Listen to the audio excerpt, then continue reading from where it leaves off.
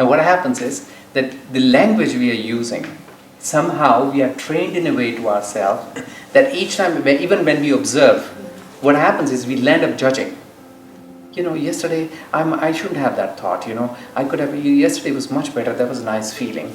And then today, I'm feeling horrible. This is really sad. And then you start kind of putting yourself here and there. And each person you look at, you all the time land up judging. Now, judgment is one of the very important faculty we have. It's a very important tool we have. The problem is if you keep using only that tool, when we overuse that tool, what does that do?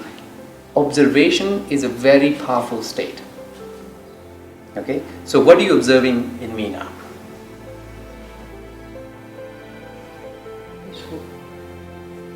That's a judgment.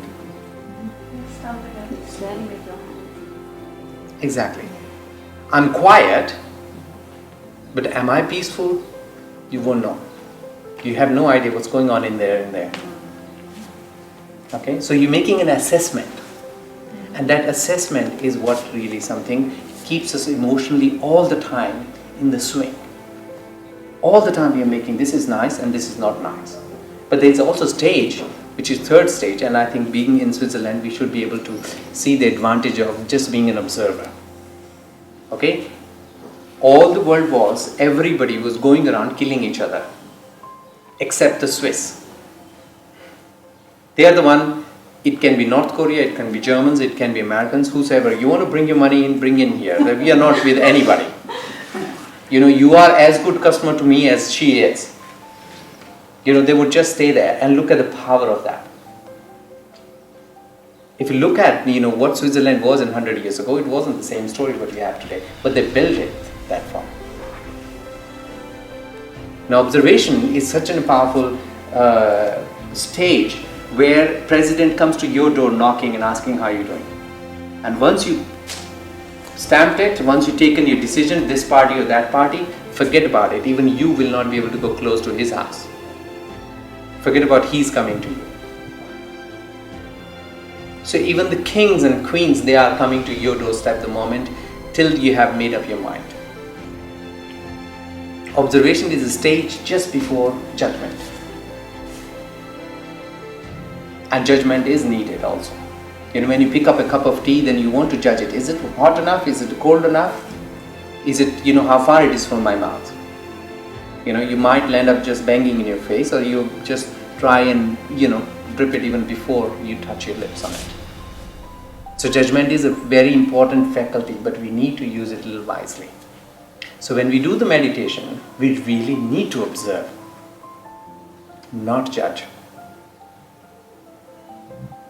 And that faculty can only develop. Now, why we are really good at writing, cooking, or people relation, or social activities, or dancing, how we are good at it? How did you become good at what you're good at? When anybody ever taught you to be good at thinking, to be good at imagining, to be good at observing? Never, except if you go to a theater school, maybe. Absolutely. Nobody teaches you. How many of you worry, by the way? How many of you worry? Okay? Worry is nothing more than bad use of imagination. Isn't it? You keep on thinking what can go wrong. And what happens? It does go wrong, right? If you think strongly enough, it will. And even if you know it intellectually, all of you agree with it and know it, are we able to take it on? We are not able to take it on because we have not practiced it.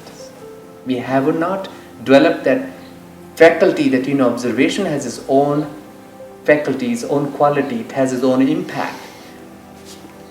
We never even take the responsibility. Yoga teacher tells you, do this asana, and we do it. And what happens? You're just copying another person. I copied from somebody else, and now I'm making you copy me. And actually, when you have multiple copies, after a while, actually has no use anymore. It won't have that same sharpness in it. So yoga for us is a technique through which we would learn to develop that faculty How do we use our imagination or thought in a way that helps me to build my future, which is way more brighter